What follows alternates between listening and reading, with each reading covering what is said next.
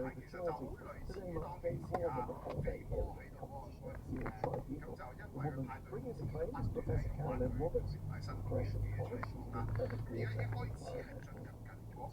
Good morning to you, Professor Roberts. What are you hoping to achieve? Good morning. Well, we're having a new briefing today. We are going to take that Competition Appeal Tribunal. We hope ultimately, 哥哥俾阿細條片。 along the way, we also hope to get money returned to customers. There are three main parts to what's going to happen this week at the Competition Appeal Tribunal. Firstly, it's going to establish whether water companies are exempt from competition law. We don't think they are. We think they are national monopolies. They should be subject to that law.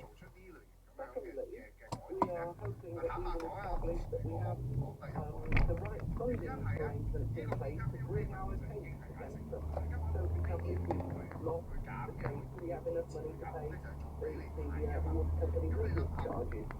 And then thirdly, am I an appropriate representative of the general public, the customers of these water companies? There's many issues that are going to be explored this week. But that's part of this journey towards actually getting our rivers improved.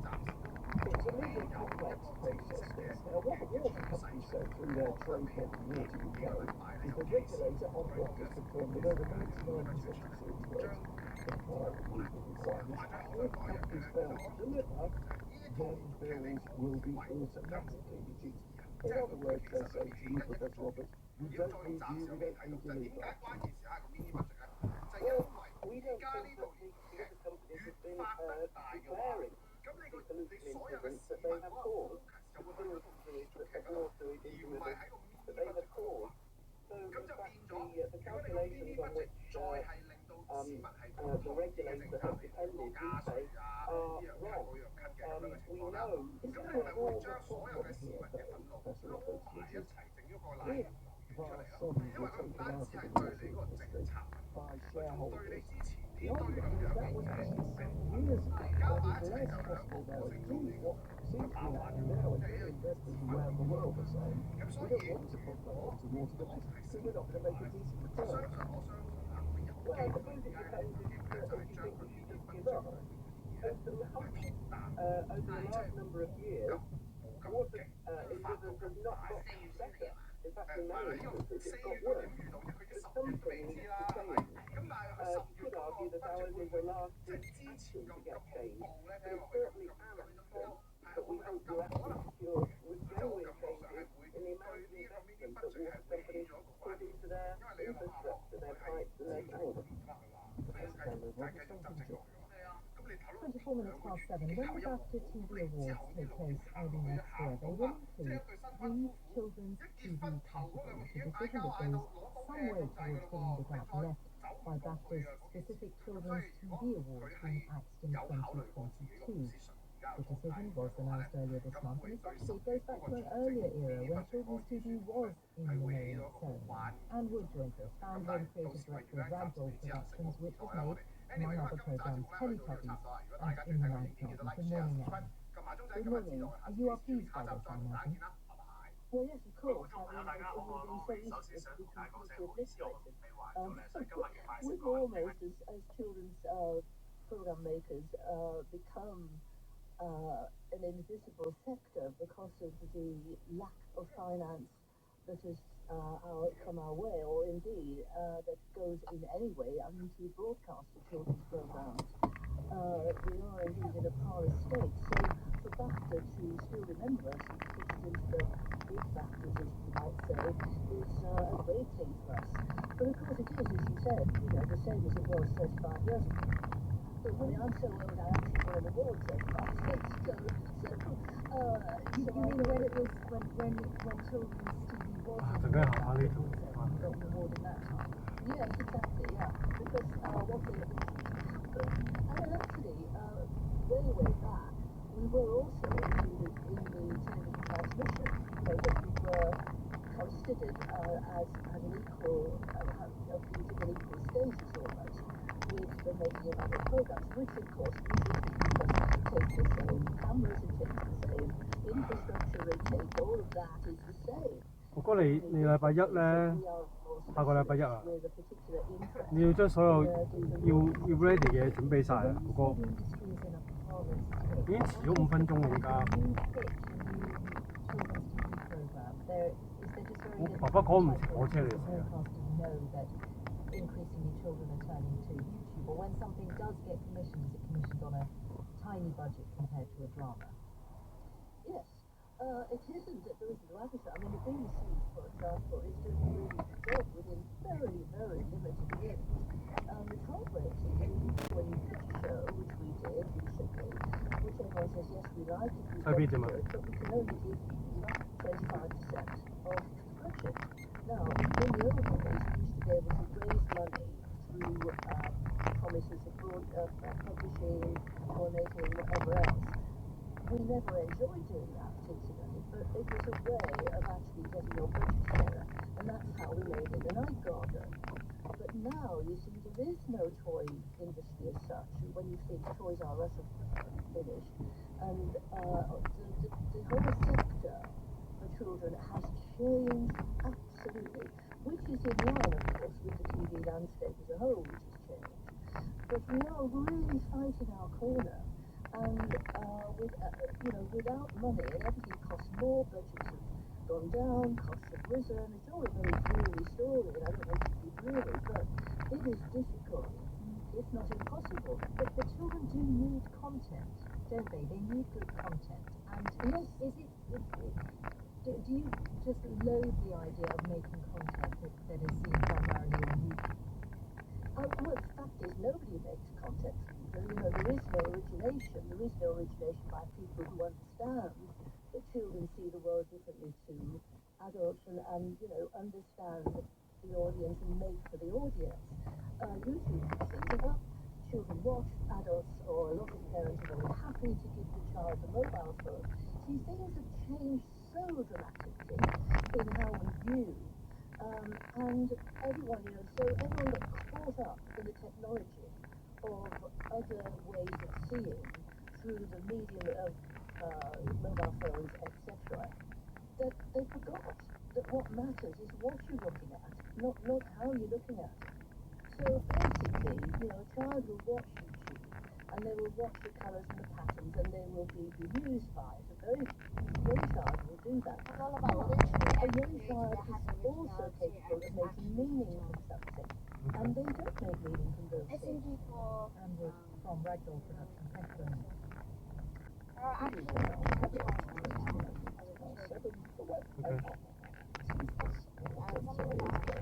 Okay, we give it a try, but I don't think I'm going to do that. So let me do sport instead. Eventful 2-all draw between Premier League champions Manchester City and the team that finished second place last season, Arsenal. Football commentator John Murray was the commentator at the Etihad Stadium. And John, so much happened in that game. Can you give us a quick run through of your highlights and what I presume was probably your match of the season so far? Well, the weather wasn't great in Manchester yesterday, but the match was honestly quite entertaining. You can choose your adjectives: compelling, riveting, pulsating, and this is because they are the Premier League's top two teams right now. Champions and winners of in the last two seasons. They might very, very well fill the top two spots again this season. 你要唔要落車睇下 Sarah？ Hundreds of matches on commentating, but we've not really seen any like that in the second half. When Arsenal had 10 men, Trossard had been set up, lots of moves I was told that Manchester City conquered 94% possession in the second half, and Arsenal only finally cracked for John Stones' equaliser in the 8th minute of added time. Brilliant game. Harry Potter fans will have been interested in Arsenal being described as being described as being dark and balanced by City Bernardo Silva. I don't think you might different styles under the threat. What exactly did you think? Yeah, that was a big part of the story. Arsenal did use all the tricks to slow the game down, manage the matches, to frustrate Manchester City. And that actually is a remarkable sight of Arsenal's 17-year-old substitute Miles Lewis spelling being shown a yellow card 25 minutes before he actually got onto the pitch to make his debut. And the reason was he was spotted seemingly passing on an instruction to the goal down the wire. Then he sat down, stopped the match,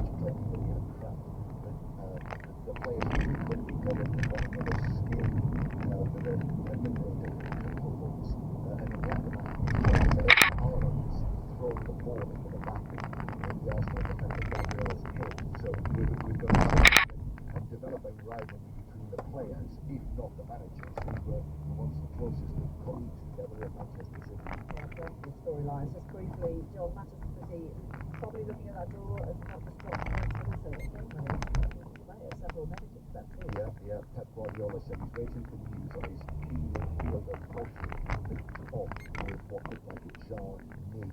And there's arguably no one more important to Manchester City than Rodri. Last season, they lost all 4 matches when he was suspended. They're now unbeaten in the last 52 Premier League matches he's appeared in. So for all the talents Manchester City have, Rodri's loss for any significant period of time would, even for Manchester City, they're not the same team without him.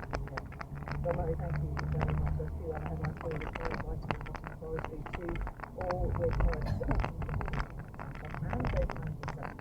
Manchester City and Arsenal also 2-all in the women's League. Cup for the 5-2 over Falkirk. All of those results are on the website. And in Formula One, great Singapore Grand Prix, whereas the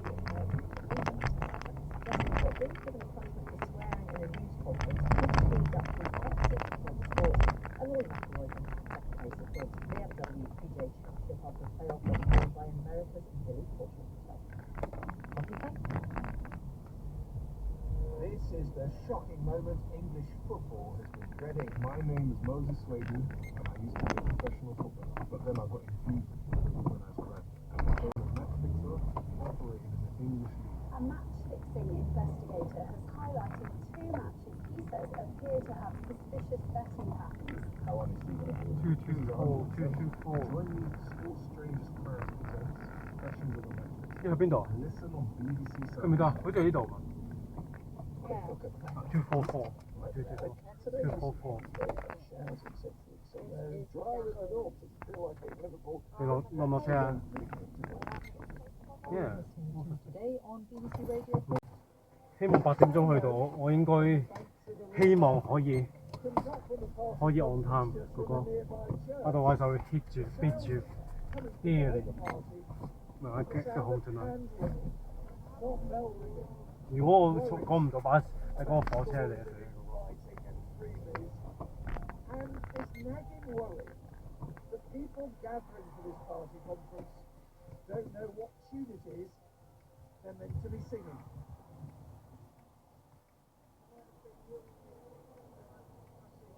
Great speech earlier. Woo! This is my wife, by the way. I'm Jonathan Reynolds. I am the Secretary of State for Business and Trade. It's grey. It's icy. It's cold. Do you need reminding in one direction? Do you need to achieve a bit? Well, I think what we've got to do.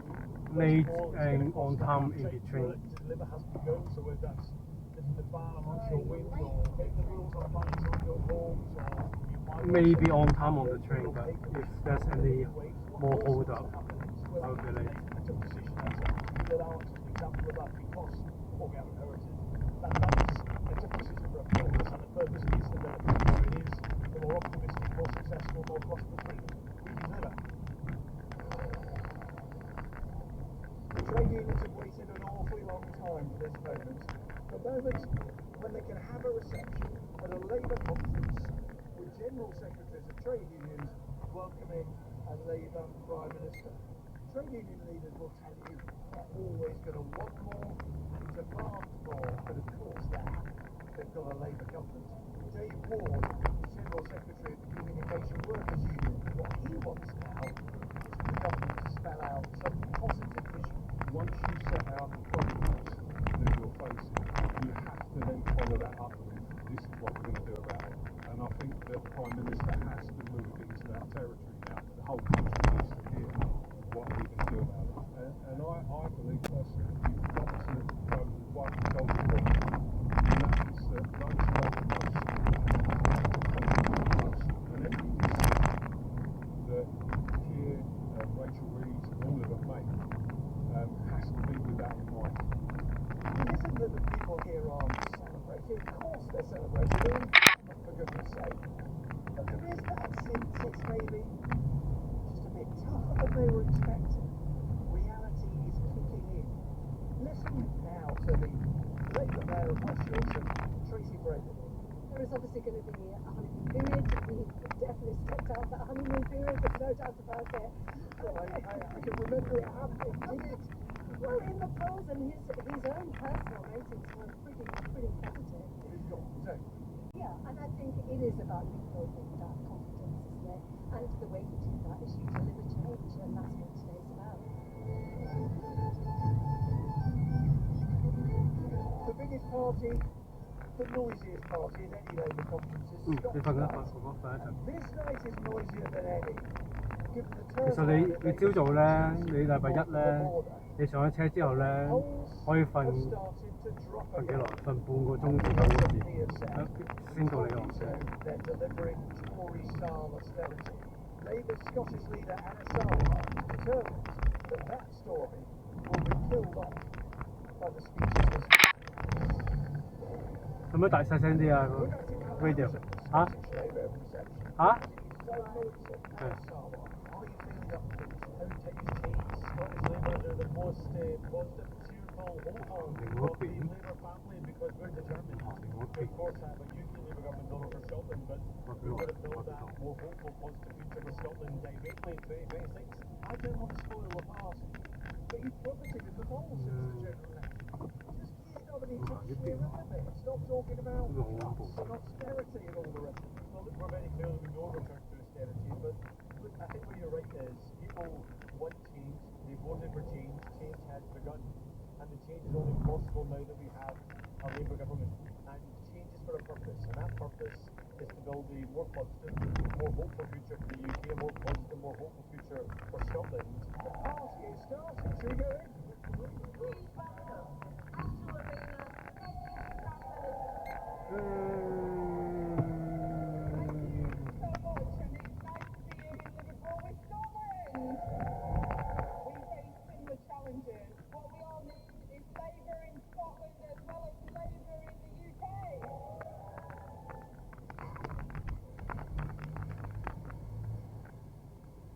Outside the conference in what you might call the real world, where people go for a drink or a bite to eat with family and friends.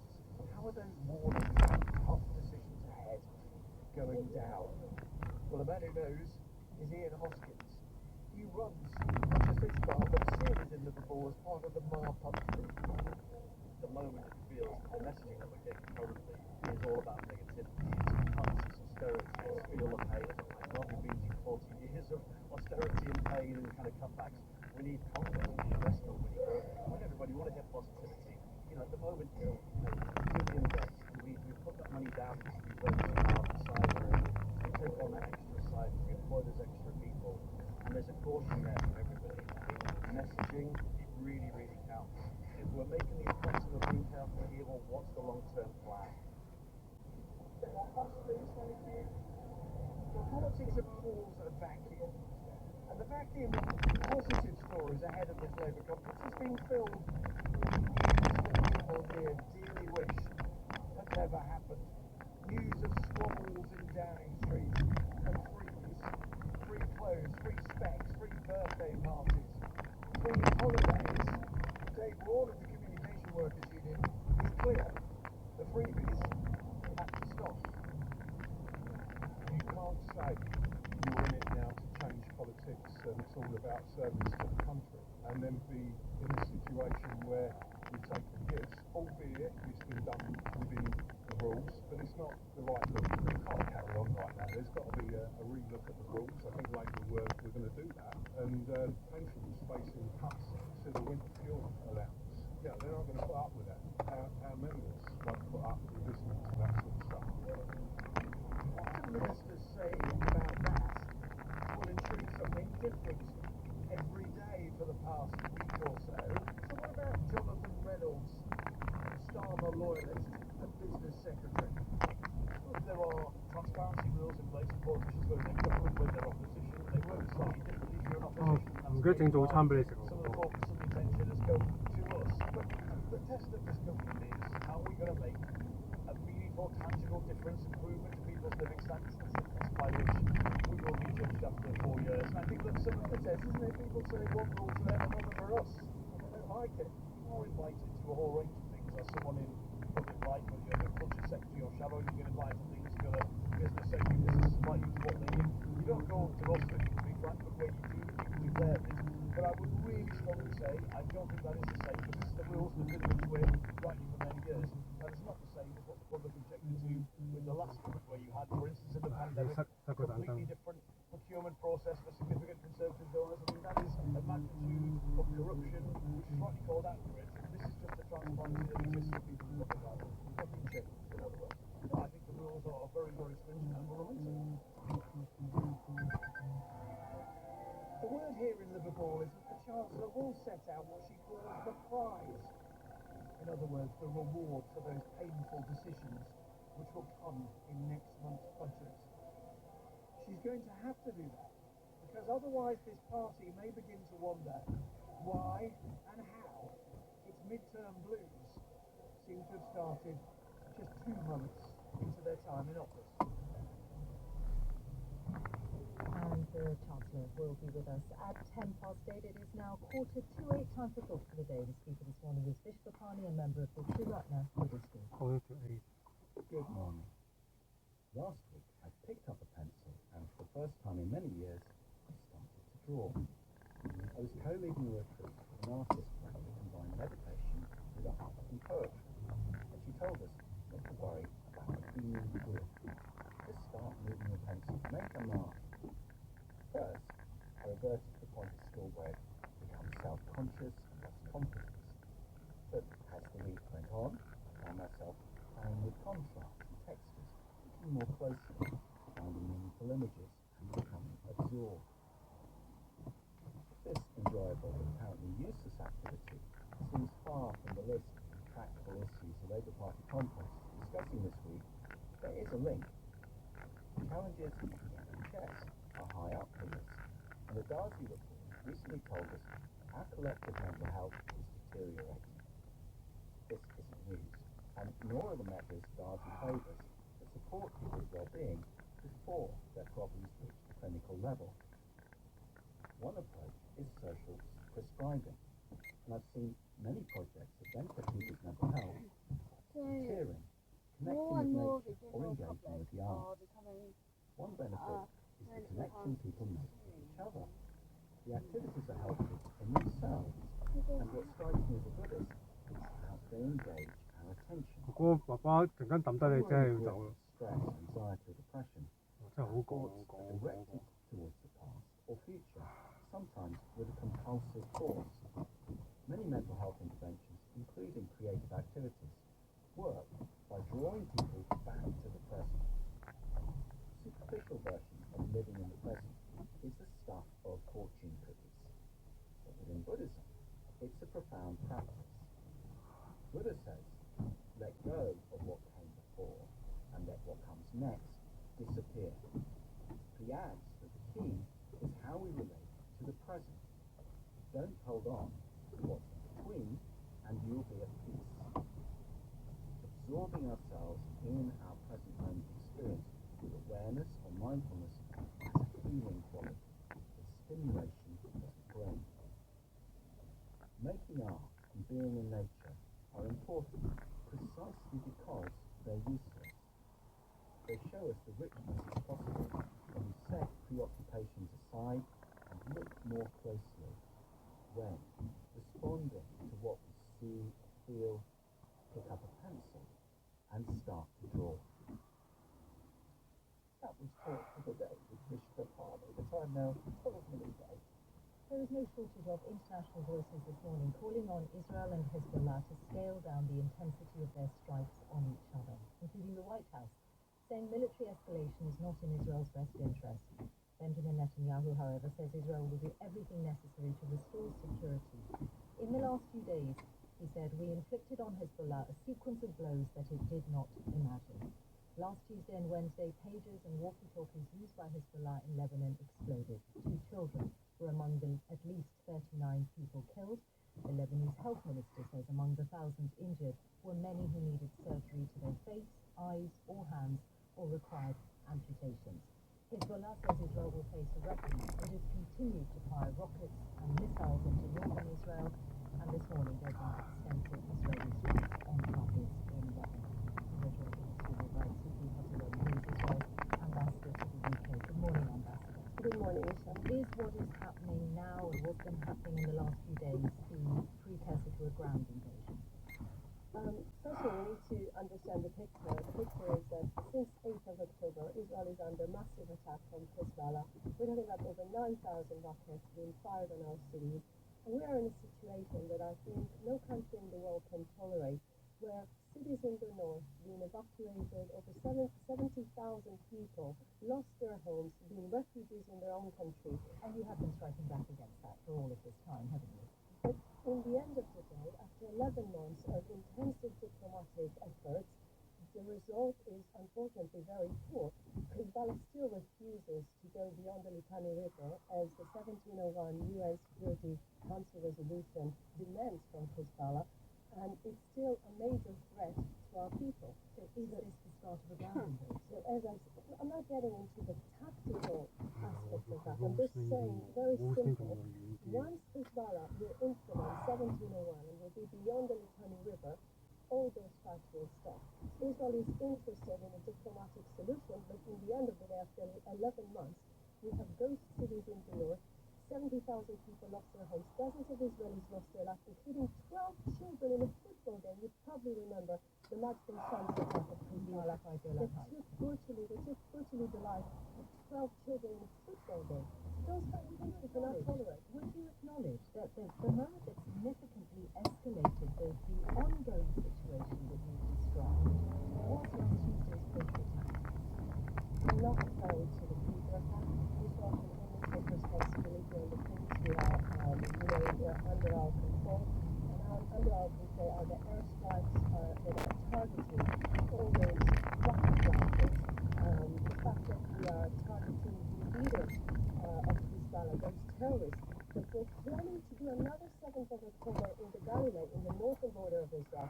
Those are the things we are doing. We are I just want to be clear. So I understand your position on the pager attacks. Are you saying that was not an Israeli attack? 不過 I'm saying I'm not referring to. 你有咗嬲噶嘛？ And as you 因為 know, 落 Israel 雨 is 㗎 not。referring to.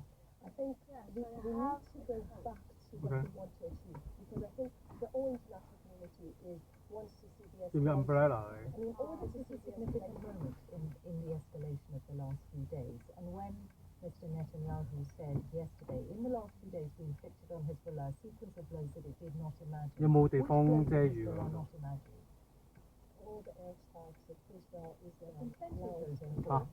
I'm saying that this is the 可以去 reality on the reception ground. 㗎 That ，reception 入唔入 imagine 到去？ Liverpool and Manchester being evacuated. Can you tolerate the idea that cities in your own country will be ghost cities because people are under terror attack So consistent? there is a part of an ongoing conflict. I think it's quite clear. Michelle, can you please answer me? I asked you a question before. I asked you the question before, which, when Mr. Netanyahu talked about building this organization, it will seem clear to people around the world that he is referring to. I'm not sure. I'm not going to say. Okay, this is interesting. We have under my portfolio to explain those type of things. Under my portfolio to explain the interests of Israel, to explain to the people that are listening to us that this is intolerable situation in the north, that a million people are in their houses. Okay. I think we're getting into small issues when the big issue is Hezbollah as a threat when the people of Israel. Hezbollah is a recognized terror organization according to this country, and it's backed up by Iran. It's backed up by Iran. Didn't do it, then you have a very powerful ally which is willing to do this on your behalf. I think the goal is clear, that Hezbollah will go beyond the Litani River, and I think if the international community is willing and able to do that, we don't see any attacks on Lebanon. But if the situation is that Hezbollah is still a major threat on Israelis, we're talking about million Israelis under fire yesterday from Hezbollah's attacks. We're talking about long-range rockets that being supplied to Hezbollah by Iran. This is the reality of this horrific terror organization. If you bring a terror monster with military abilities. So Israel is not interested in another 7th of October. We want our people to get out home. We want children to go back to school. We want our children that for a whole year this year classroom because they've been evacuated and they need what refugees. And I'm saying, same to people in comments because they are the one who allowed this horrific terror happen to 777. Israel is not interested in any war. We didn't choose the war of the 777. We're not choosing this war. This is a reality being imposed in Israel to protect our own. This is irrelevant. Anyone else says, when President Biden, for example, says that the US is pushing hard to prevent a wider war, should we not bother because Israel is going to do what it needs to do? We cannot appreciate American efforts. I think it's necessary that the international community will work hard, first of all, to take out our hostages. We have 101 innocent people, including these young Buddhist children, elderly people, all those people that are now in the tunnels in Gaza. So we are very much interested in that. But as you heard President John Kerry say yesterday, it's for us to prevent the domestic war. So we are very much interested in hostage war. We're very much interested in international efforts in order to de-escalate. But if any country is interested in secure so I think this is the people that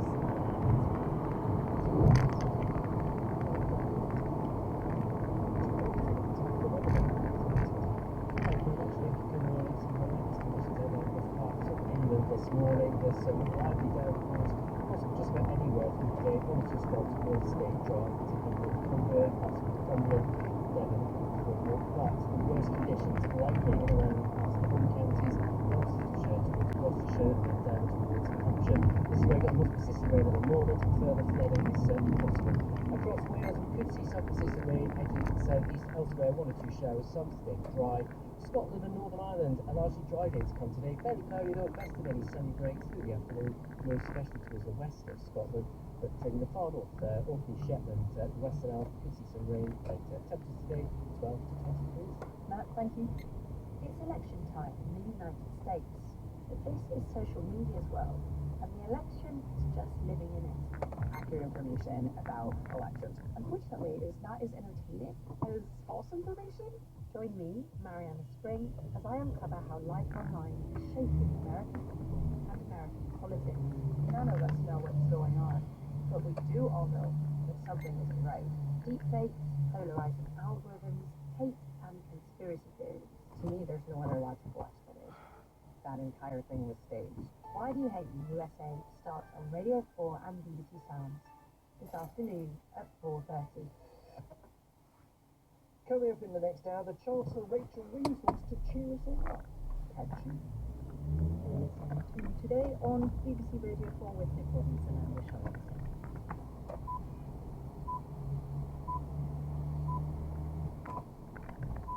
It's 8 o'clock on Monday, the 23rd of September. The headlines this morning: the Chancellor will highlight her optimism for the future at the Labour Party conference, where unions are set to mount a fresh attack on cuts to winter fuel payments.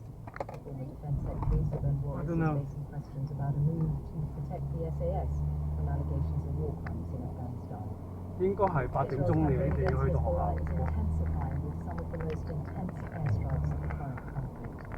And Ukraine's President Zelensky has arrived in the US for a key diplomacy. Rachel Reeves will use her first speech to a Labour conference as Chancellor to try to brighten the party's message after weeks of dire warnings about state and public finances. 我由 Wolseley 拍卡拍去火車站都要唔使用。 Her speech could be overshadowed by continuing discontent over the decision to scrap winter fuel payments for millions of pensioners. From the conference in Liverpool, here's our political correspondent, Harry Farley. Rachel Reeves will strike a marked shift in recent warnings about the state of the country. Writing in the Times ahead of her speech, she said she would never be more optimistic about our country's fortunes. The future has never had so much potential, she added. It now falls on all of us to seize it. As the party looks to move on from days of practically over donations and internal feuds, the Chancellor is expected to confirm a commission to investigate more than £600 million of stolen contracts awarded to services. She'll also announce a minister to chair HMRC's board and party government's efforts in attacking tax avoidance. But there are also warnings of difficult choices to come. One of those already made, the decision to cut the winter fuel allowance for pensioners, is causing deep discontent. The Labour unions are trying to organise a conference vote to reverse the decision, and we can find them, but it will be all with a revolution. The former Conservative Defence Secretary Sir Ben Wallace is facing questions about a change that was made to a draft bill that would help to shield the SAS from prosecution. Senior government sources have told the BBC's Panorama programme that before the bill was introduced to Parliament, Sir Ben was made aware of credible allegations that the elite Special Forces Regiment had killed detainees in Afghanistan. He's due to evidence to the inquiry that's looking into the claims this morning. Joel Gunter reports. When Sir Ben Wallace took over as Secretary of State for Defence in 2019, the government was proposing legislation to make it more difficult to prosecute British troops for historic war crime allegations. The Overseas Operations Bill would have created a presumption against prosecution for alleged war crimes after 10 years. Within weeks of taking up his post, Sir Ben was informed there were credible allegations that the SAS had executed detainees in Afghanistan between 2010 and 2013. He was also told there were serious concerns about investigations into those allegations and that criminal inquiries may need to be reopened. Under Sir Ben, the 10-year clause was halved to 5 years. The change brought the allegations against the SAS under the protection offered by the bill. Senior government officials told BBC Panorama that Sir Ben took charge of the bill and personally approved any changes. He told the BBC it would be wholly inappropriate to comment on the allegations ahead of his appearance at the Afghan inquiry. Opposition to the bill eventually led to war crimes being exempted before it was passed. The former Conservative Attorney General Dominic Grieve told us the bill was a bad piece of legislation and having a cut-off point for prosecutions was wrong. There's no time limit for allegations for any other offences in the United Kingdom. If a person commits murder on a breach of London, they could be prosecuted for it 30 years afterwards.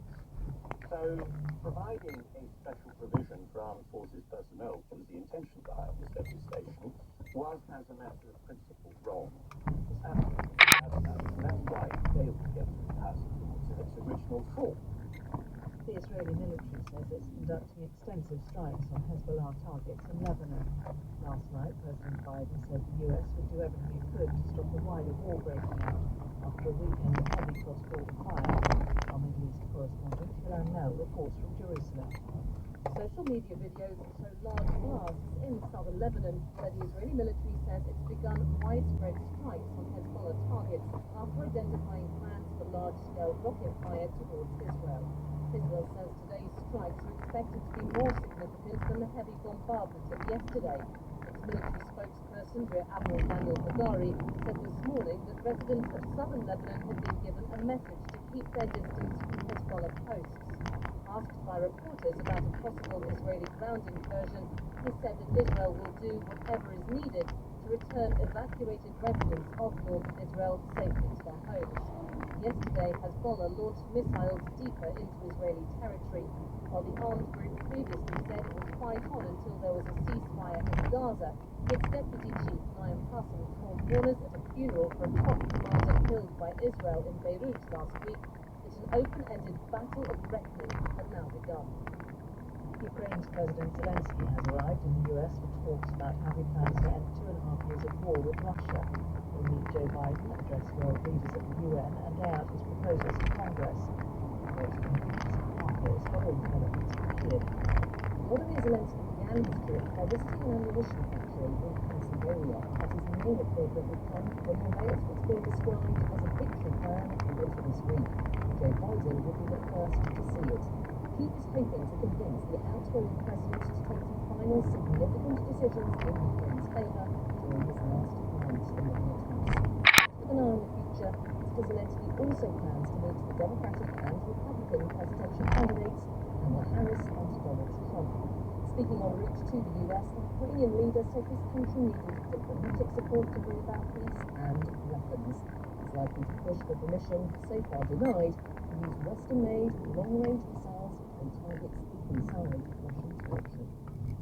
BBC News has learned that police reports of machetes, swords and so-called zombie knives have doubled over the past 5 years. 32 police forces across England and Wales released figures showing the large-bladed weapons appeared in more than 14,000 crime logs last year, up from around 7,000 in 2019. Possession of zombie-style knives and machetes will be illegal from tomorrow. Dan Johnson reports. Not every force responded to our request for figures. Police Scotland and London's Metropolitan Police refused, but those that did had seen references to weapons such as swords, zombie knives and machetes double in their crime logs over the last 5 years. Manufacturers and retailers have exploited loopholes in previous legislation attempting to ban zombie-style weapons, which tend to be curvy and colourful with serrated edges or multiple points. The latest change in the law will ban any knife over 8 inches long with a serrated edge, spikes, holes in the blade, or more than 2 sharp points.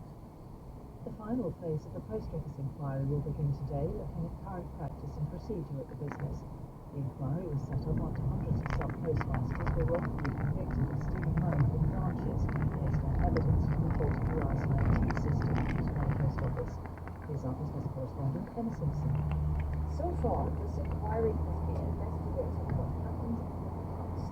From today, it's focusing on the here and now. For instance, has the culture at the Post Office changed? It starts with the results of 2 surveys conducted over the summer. Thousands of current sub-postmasters were asked to share their experiences upon listening on a range of issues, from how they're being treated to how their Verizon system is working today. The findings of a separate survey on compensation will also be published.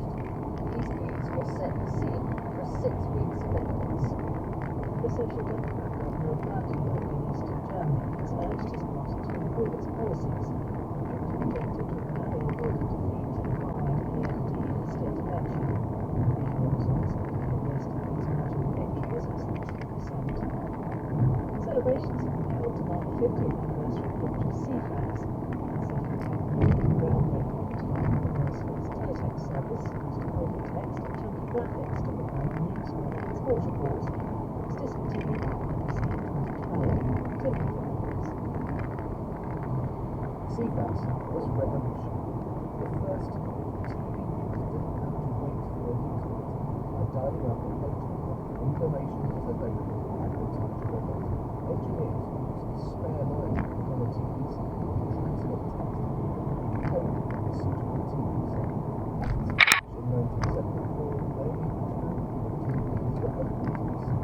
By the early 1990s, 22 million were regularly accessing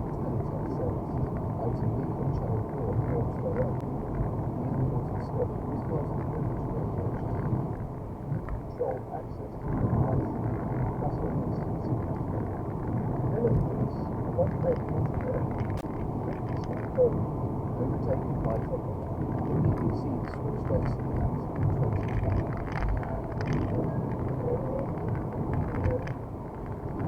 the centre of the music industry in Cambridge this weekend. T-Bax Renault was called the internet world needs a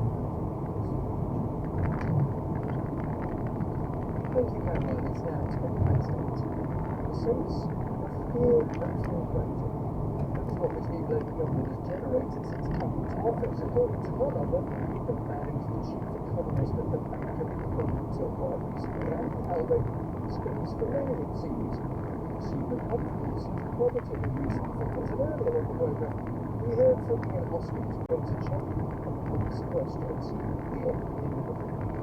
The moment it feels that the messaging of the game currently is all about negativity, it's conscious austerity, it's feel of pain.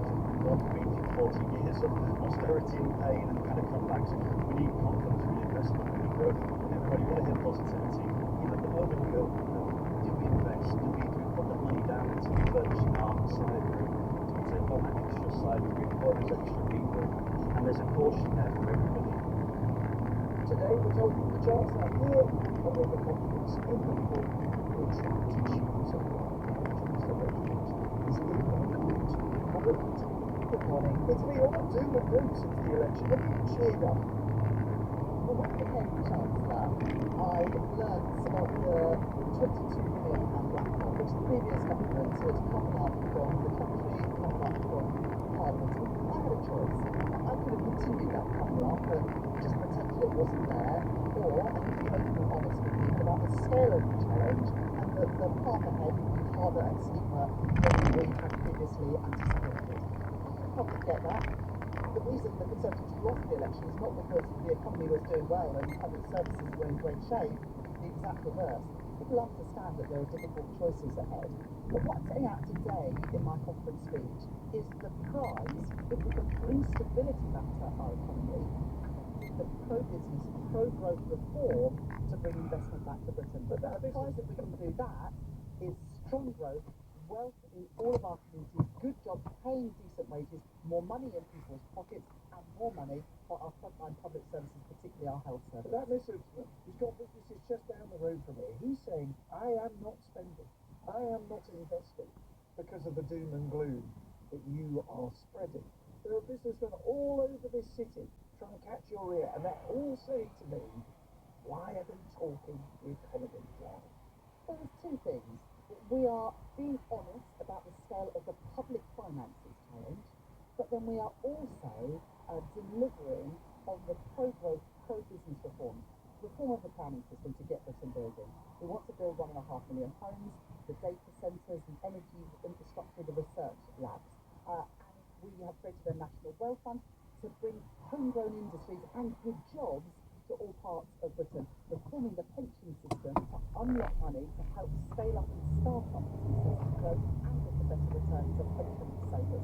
And so we are making those reforms to make it easier to invest alongside giving a look at the public finances.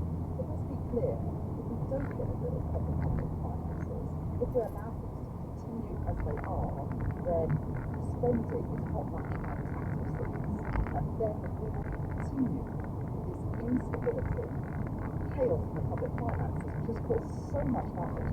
Growth has got to be built on that foundation. Let's explore that for the election, and I'm delivering it as Chancellor. Let's explore that a bit. You just told us that you have been, and you want to be honest, you want to be clear too. The detail comes in the budget. But give us a sense, how many billions of pounds do you now need to buy in higher taxes or spending cuts? You've raised the bit through taking winter fuel allowance away from 10 million pensions. How much more do you need to buy? Well, on July the 29th, there's a statement I set out to Parliament where I showed the £22 billion black hole. I also made £5.5 billion of in-year savings this year and in future years to try and bring some stability back to the public finances. There's more to be done in the budget. We're going through the process at the moment, Nick, with the Office of Budget Responsibility as they produce their forecasts, which give us more accurate numbers about the size of the challenge ahead. Just doing my sum, that leaves £16.5 billion. You've got to raise about £16.5, £17 billion. extended council temporary. I'm not going to go into numbers, partly because, as you know, the numbers move around as the forecasts are updated from the Office of Budget Responsibility. But I think everybody knows that our public finance is not in great shape. Yeah, but you also say in your speech, we're told today, there's going to be no return to austerity.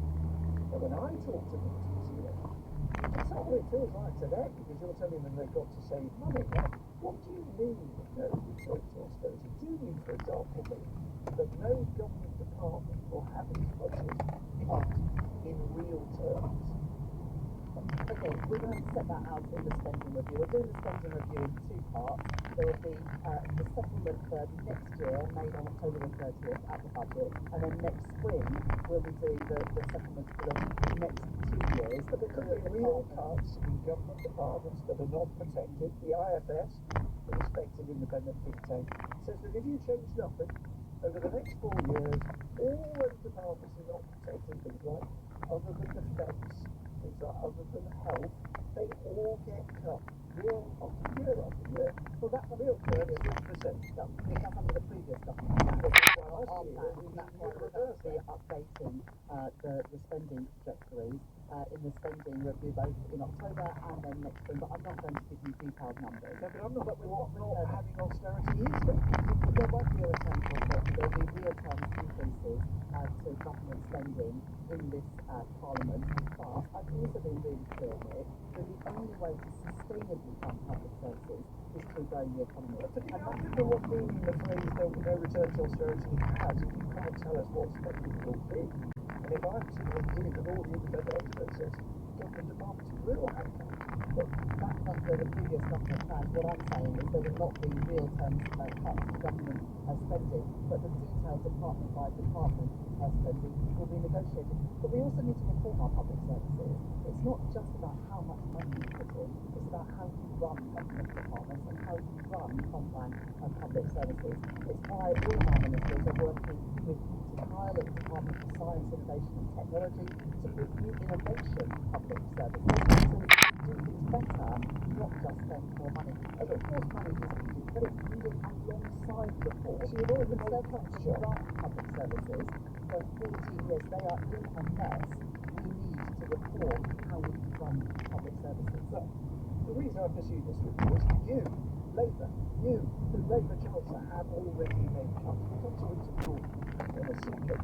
But you have already said to people who are going to have their social care costs capped. No, Labour reverses that decision. There are people now losing their houses in order to pay for care because Labour took the decision. Well, if that's really not clear. austerity, what is? Nick, let's be really clear. The previous government covered up and they were dishonest about commitments they had made. They made commitments around social care, about road and rail projects, about 40 new hospitals. They made those commitments. They told departments that they could do those things, but they did not allocate a single penny of money for it. That was dishonest.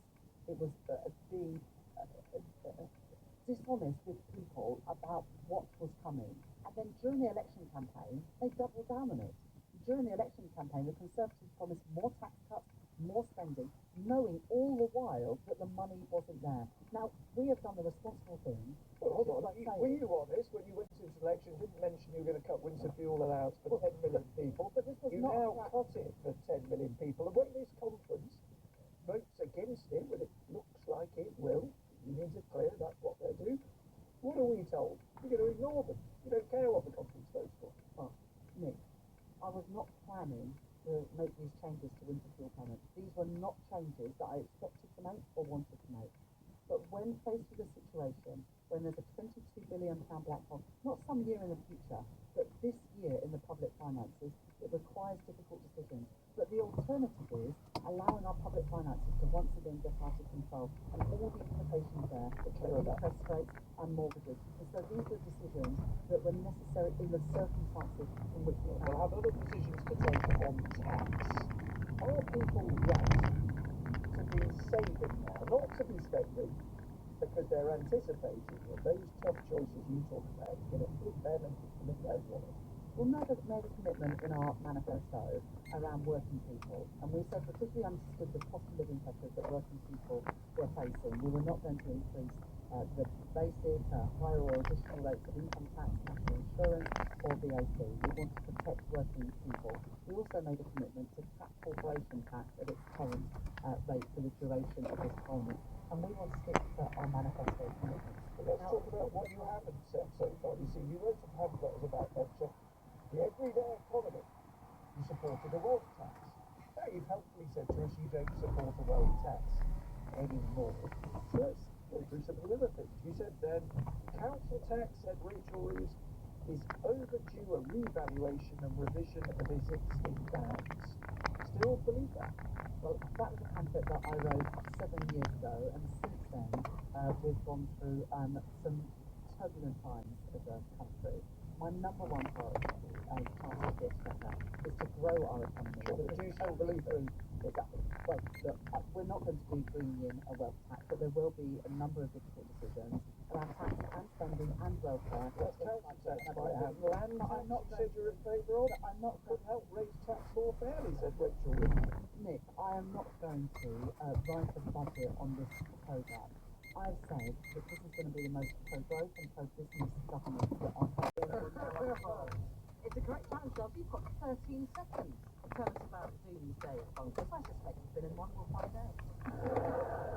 Time starts now. In younger and happier days, I visited somewhere called Edgemont in South Dakota, where they have 575 of these doomsday bunkers. It was known as Igloo City, and it was founded in 1942 as part of the American war effort. It was extremely effective.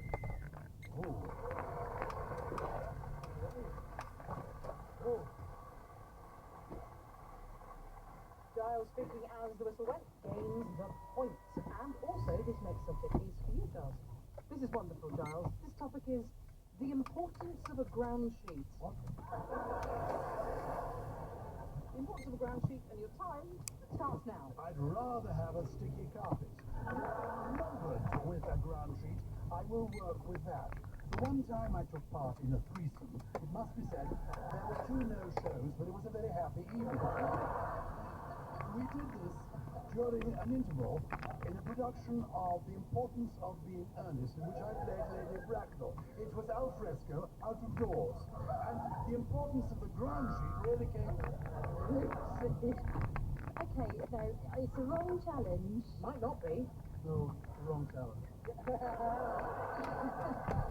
I mean, I was going to challenge on importance for them reflecting the title, but there is deviation because we're... Oh. It's been trying to please have the semblance of authority. What if you went on the Wikipedia page for ground sheet and it's just about Charles's threesome?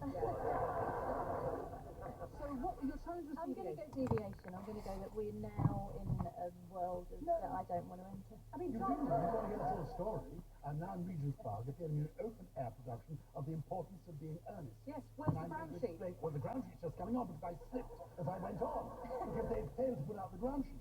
That is the whole point, the importance of a ground sheet. I don't know why you're talking to me. Thank you. Well, seeing you've already got that out of your system, I don't see why we need to put a clock on it. Lucy, I'm giving you the point. Fans, you can carry on. We heard the story now. We don't need to hear it. I would have got to the denouement. Just waited for me to say it sounds interesting. You've got 33 seconds. You could have said all that. By the point, yes. But you just carried on. And this is how I have to make you understand boundaries, Charlie. Right. Enjoying it as we were. Lucy, you've got 33 seconds. The importance of a ground sheet starting now. First threesome I ever had with Giles was somewhere between Blackpool Broadstairs and Regent's Park. Giles. I was there was no ground sheet, didn't need one.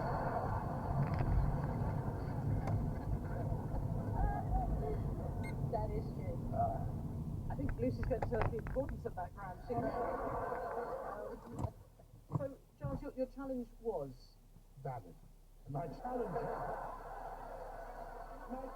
was that we had romantic recollections from Lucy here of younger and happier days when the pair of us went on this holiday. We started in Eidnitz, in Blackpool and went live Broadstairs in Dublin Regent's Park. We didn't get to the ground sheet, that's the point. This is the importance of ground sheet, not pension. Verbal on, no ground sheet. Well, she's getting to the ground sheet now with 24 seconds remaining, Giles. So, we've heard about your side of it. So, Lucy, It is very much how it was in the threesome, I'll be honest, so the time Lucy starts now. the importance of a ground sheet, no matter how many of you are lying on it, is that it will protect you from bugs and cold. Another way to... It was irritating, and you now have your time to shine. How many seconds left? 2.5 minutes, actually. It's not 15 seconds, okay? What can you tell us that isn't about theatres, but is about the importance of a ground sheet, starting now? When I was in the Cubs, I was a sixer, and Arcana explained to us the importance of a ground sheet. She said that if you're going camping, Giles, try to be sensible and enjoy nature. Lay out your ground sheet and you put the picnic on top of it, and the page should be each corner.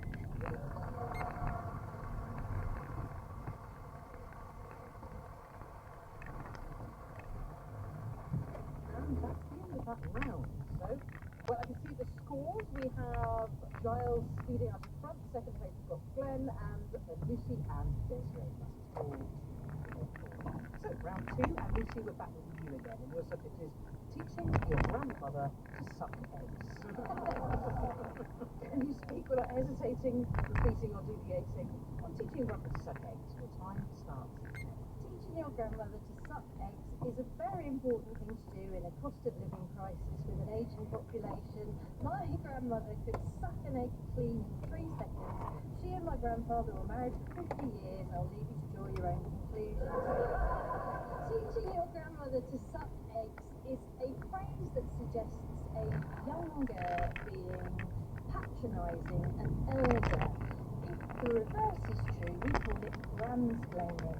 Teaching your grandmother to suck eggs presumably originates in a time where dental hygiene was less advanced and people would lose their molars and canines at a tender point in their life and would be forced to consume dairy products in unusual ways, if indeed an egg could be considered.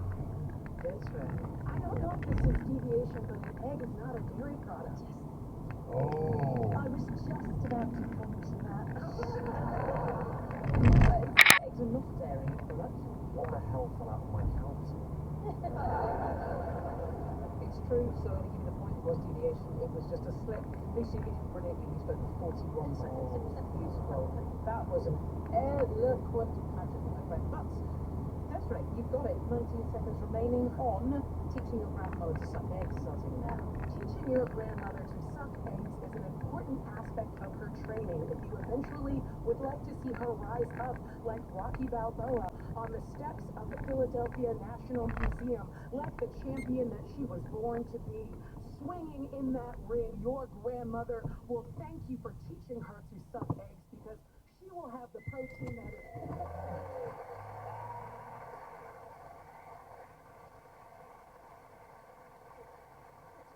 One more. That's right, you're speaking to us. Went, you got the point and you get the next subject. Polite conversation between enemies. Oh, this is thorny. Polite conversation between enemies. You've got 60 seconds to tell us everything you know about that, starting now. Polite conversation between enemies is a skill to master if you would like to crush your enemies for good. Of course, you will want to come to blows and violent language. However, fisticuffs and curse words will let your nemesis know that they have won. Instead, you will have to kill them with kindness. Offer them your lunch. Offer them your husband. Giles. Repetition offer. It was a double offering. And that means you get the subject with 35 seconds remaining. So what can you tell us about polite conversation between enemies starting now? As Winston Churchill famously said in the House of Commons, the opposition are the members of Parliament sitting on the benches facing you. The enemy are those MPs right behind you. You have to know the difference between people who are friends and people who are enemies. And Consequently, when you are with those... Sue's shaking her head quite a lot. Well, then there's no challenge. Repetition, but you'll have to wait to find out what the word was. It's friends. No. It was actually people, but since I can't disqualify myself, let's keep going, because it's such an interesting story. So Giles, we get to keep the subject 20 seconds. It's about polite conversation between enemies and your time starts. I was sitting at a table in the little room where people who've been elected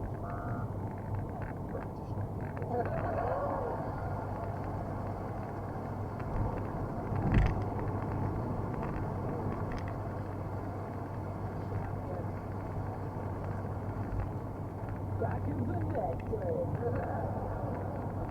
that is a correct answer, and you've got the subject with just 13 seconds remaining, so what can you tell us about polite conversation between enemies starting now? We've seen a bit of an erosion between polite conversation of enemies and foes. Giles, was interesting.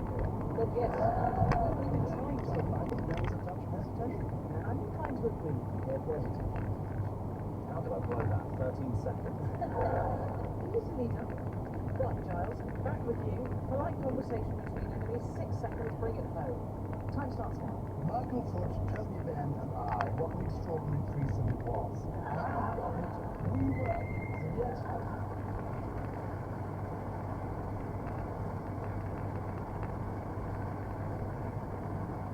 Giles is speaking as the whistle went, he gets the point, and he gets the next subject, which is altogether more positive. This is little victories. What can you tell us about little victories, Giles? 60 seconds. I mean, you're so self-effacing, I doubt you'll even want to mention it.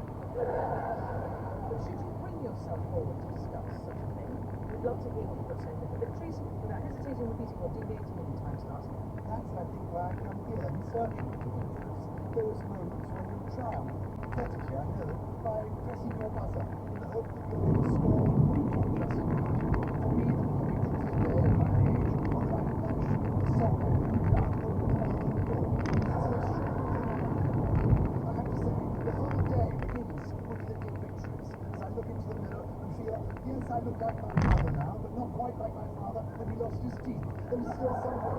These are the little victories of life. Getting to the queue, finding, yes, today I should be in the correct line. Or maybe I go the other place and I'm complete, because there's so many other people behind. These little victories are so splendid to me. They give me the joy of sustenance that is made by dedication and pleasure. But now, the victory I really enjoy is when I manage to carry me the glass across the table to my partner, without spilling over the edge of water onto the floor. That, she says, is a little victory. We're shaking hands in return.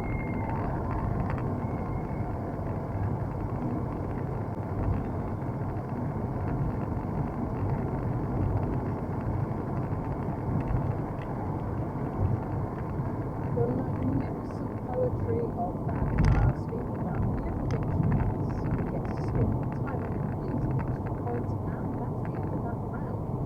So let's check those scores again. In joint third position, we've got first row and Lucy. Second we've got Glenn, and ahead at this moment we've got Giles Bunker.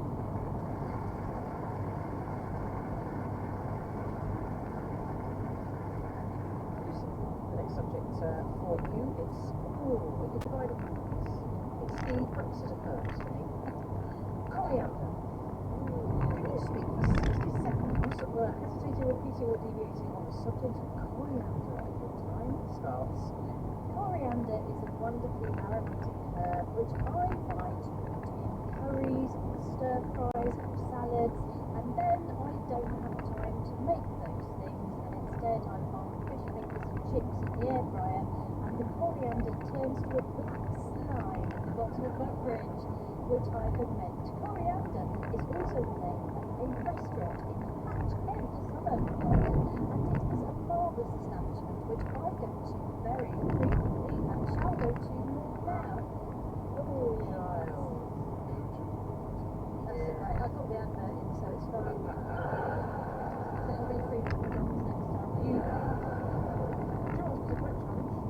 27 seconds remaining on coriander. Let's see what you've got to say on that, starting now. Coriander is the title of one of the great lost plays of William Shakespeare. I believe in 1607 it tells of the coriander shortage in about AD 45. The hero, Coriander himself, goes out looking for these little things and is murdered by his mother. It's a complex plot, and we don't need the details because, as I say, the play itself, the drama, has disappeared. That's right, it's a repetition of play. There was indeed a repetition of play. Yes, play. Well, it was some creation because I don't think it's good.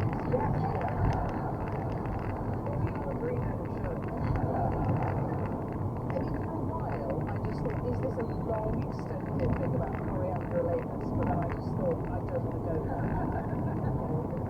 It was a great challenge. 1 second. Well done, Desiree. You get the subject, coriander, 1 second remaining, your time starts now. Cilantro is a better thing than garlic.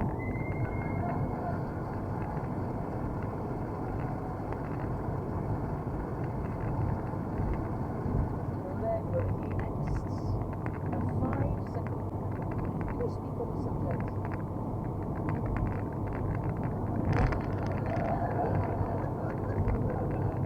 5-second count. Can you speak on target still? There can surely be nothing worse or perhaps humiliating than having fish. Notoriously a 7-second memory, which means that swimming around their tanks, trying to recall moments early on in that day when they had that great conversation with that common moment in the box on the stand.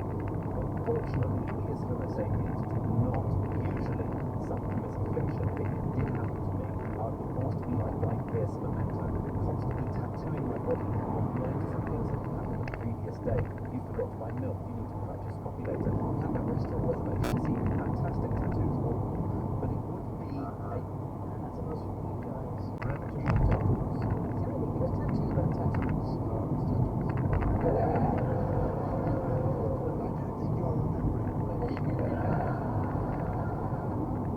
Like 5-second memory.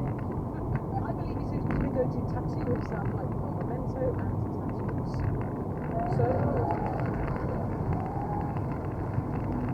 So it's an incorrect challenge for one Charles, usually you're on it on this occasion. And Glenn, 18 seconds remaining. Your time starts now. There was a famous case in Denver, Colorado, about 20 years ago, where a man in New York gained 15-second memory, and as a result, it saved things like, I'm going to purchase some tickets with the plane, and we're going to get on a plane, and we're going to fly to the other side of the world, and have an absolute magnificent holiday, but then suddenly... Well done, Glenn.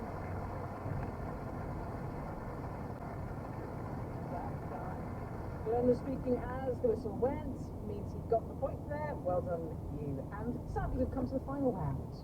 I know. But, Giles, let's bring it home in style, please. We're with you, and you've got most likely to succeed. Tell us something about most likely to succeed. Your time starts now. Most likely to succeed is a phrase that I don't often hear, sadly. My life is beset with little hints. I had hoped when I was younger and happier that maybe I would succeed. But as time went by, I realized that all I could hope for in life would be modesty. You see, I'm trying to There's life in repetition. Indeed. And I think hope was repeated too. She's trying to poignant subject.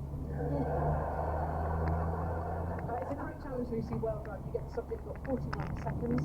Most likely to succeed. Your time starts now.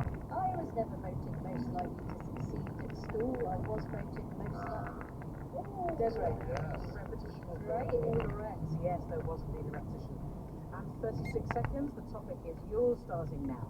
Most likely to succeed is not a thing I believed of myself when I first walked into the door today. But I figure if I can continue to talk for a bit longer, I might be likely to succeed. I think that voting in this way, when people... Charles? Maybe a bit harsh, but there were two I thinks. It's a little bit hard. Yeah, it is a bit harsh. I mean... And given that we're talking about most likely to succeed, I think that... I'm looking for another simple victory. That is fair, he's right. See, when he pleads like that, that's when I'm most minded to just ignore him. Is that right? And so I shall. Gentlemen, you get to keep the subject 18 seconds on most likely to succeed, and your time starts now. Voting on a classmate's future is an insidious thing to ask a young person to do. Lucy, so sorry, but thing is